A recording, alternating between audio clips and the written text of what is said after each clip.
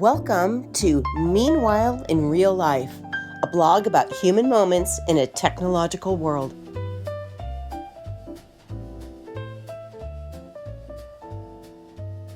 Building Toward Your Tuesday, January 6, 2026, read by Michelle Haynes. What would your ideal average Tuesday look like? Not Vacation Tuesday, but just the average Tuesday. What would you be doing? What would you not be doing? Like many of my friends and former coworkers, I'm bobbing in waves of technological, workplace, and economic change. When you're getting tossed around in that kind of churn of disruption and adaptation, it's hard to grasp onto identity and direction. Last week, I came across a post by Texoma artist Krystal Skinner. Krystal has a calm sense of achievement and identity that I envy. The good kind of envy, not the green envy, the aspirational kind. I found a lifeline in her recent Facebook post about her own thinking and growth process. In a message to her past self, she examines how her thoughts, actions, and intentions have contributed to her evolution as an artist. Uplifted by her introspection, I reached out and she graciously let me repost her message. Dear past me, keep making, keep applying, keep building.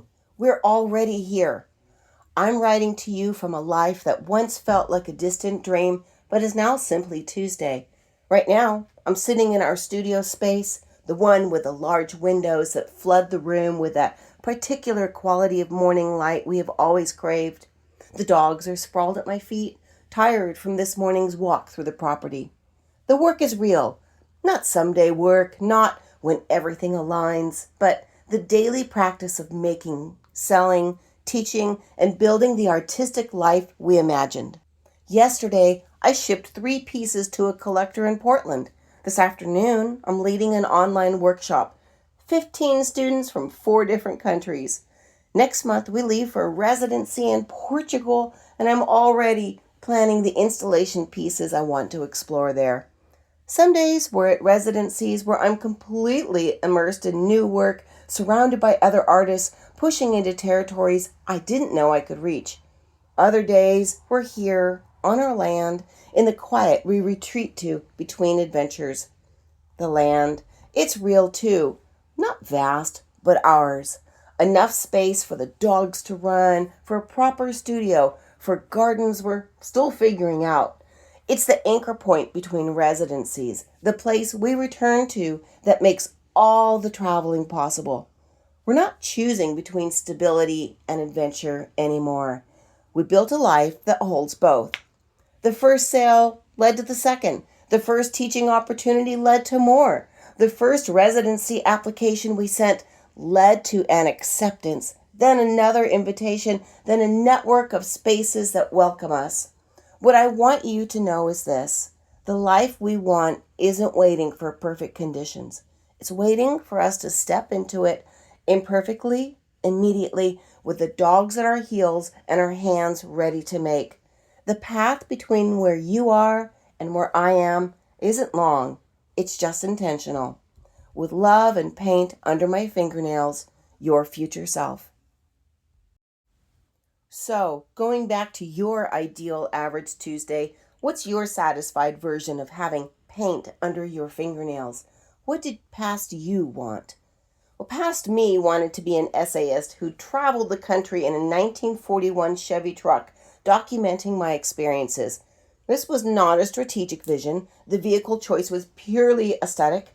I was and am wistfully drawn to this truck style, that horizontal bar grille with its waterfall of vertical chrome slats, the fender-mounted sealed beam headlights and their chrome bezels. It's utilitarian, characterful, and likely unpredictable. Maybe I was going to journal while waiting for roadside service. Past me came close when I made a solo cross-country drive in my aunt's 1970 VW Beetle. I was an intrepid and flexible college sophomore, camping in the folded-down back seat with Velcroed curtains for privacy. I journaled about antique carousels and crumbling amusement parks. That was the dream, the open road, the writing, capturing moments with places that would soon disappear under the progress of master planned streets and carefully vetted shades of beige. Future me is still waiting to see that carousel project. I recently discovered the journal. Future me is poised to connect with past me's love for writing and editing. My ideal Just Tuesday starts with coffee and calisthenics before I begin guiding a client through their business content. Then I'll walk the dogs on the prairie and wrap up by blogging in the courtyard at sunset. I think I can get there from here because I have agency. You have agency too. Agency, an intentional path. Agency is a capacity to act independently and make choices that shape your circumstances. We can't control the upheaval, but we can control 5 minutes and whatever space you're willing to clear for it. If your job has evaporated, if markets and technologies are reshaping everything anyway, why not harness that disruption to change your own trajectory? How will you use your agency to build toward your version of Krystal's distant dream? Between claiming time and clearing space, I've found a few practical activities that are building the Tuesdays that I want. The 5 minute rule. The 5 minute rule is possibly the only reason my dishes cycle from the sink to the dishwasher and back to the cupboard. It's a cognitive behavioral therapy technique, and the core principle is to commit to doing an unwanted task for just 5 minutes. After 5 minutes, you're free to stop, but most people find that once they've started, momentum carries them forward. While this rule is often deployed for overwhelming tasks, yes, my dishes overwhelm me, I'm a creative, you can activate it for your transition to your perfect average Tuesday. Did you want to learn how to weld? Spend 5 minutes researching industrial arts classes at your local community colleges. Do you love books and dining? Could you use your AI assistant to help pair your favorite reads with the ideal dining experience? In a few minutes a day, you'd have an outline. In a few weeks, you'd have a collection. The key insight is that action initiates motivation, not the other way around. You don't need to feel motivated to start.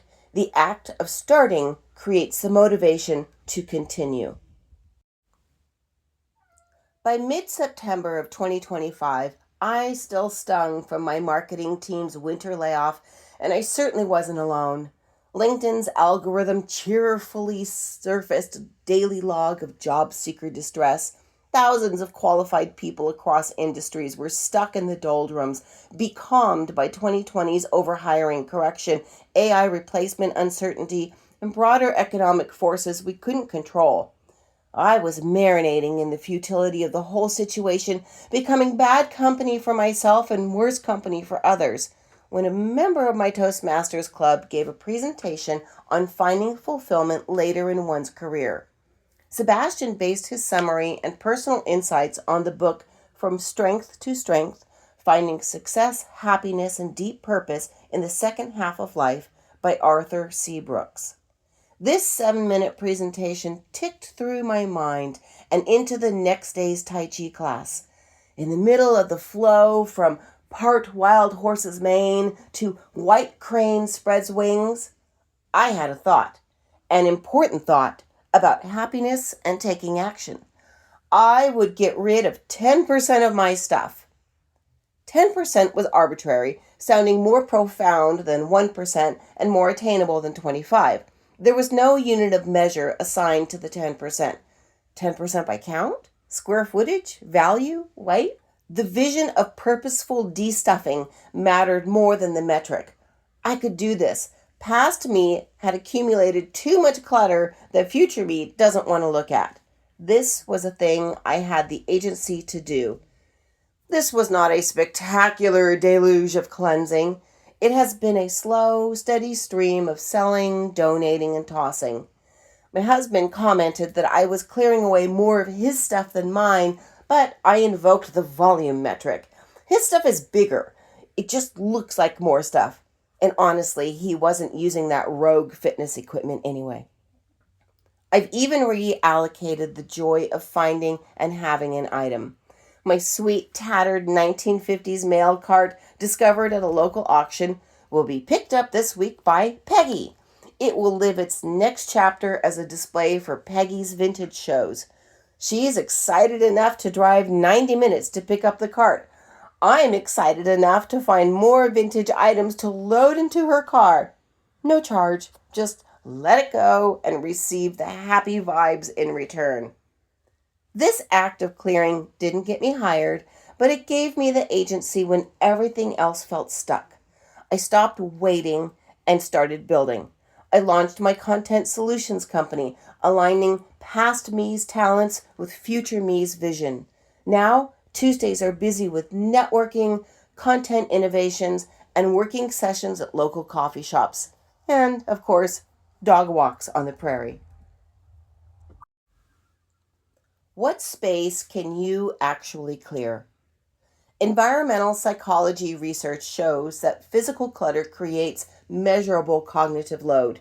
Your brain constantly processes visual stimuli and makes micro decisions about what to ignore. Could that brain effort be rerouted to your ideal Tuesday? Can you clear even 3 square feet and designate it for future you? What needs to leave to make room for what you want? Clear it out and replace it with your paints, recipes, laptop, whatever serves future you.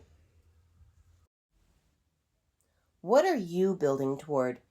A few weeks ago, I spent an entire morning writing about the symphony and imagining various composers as modern co-workers.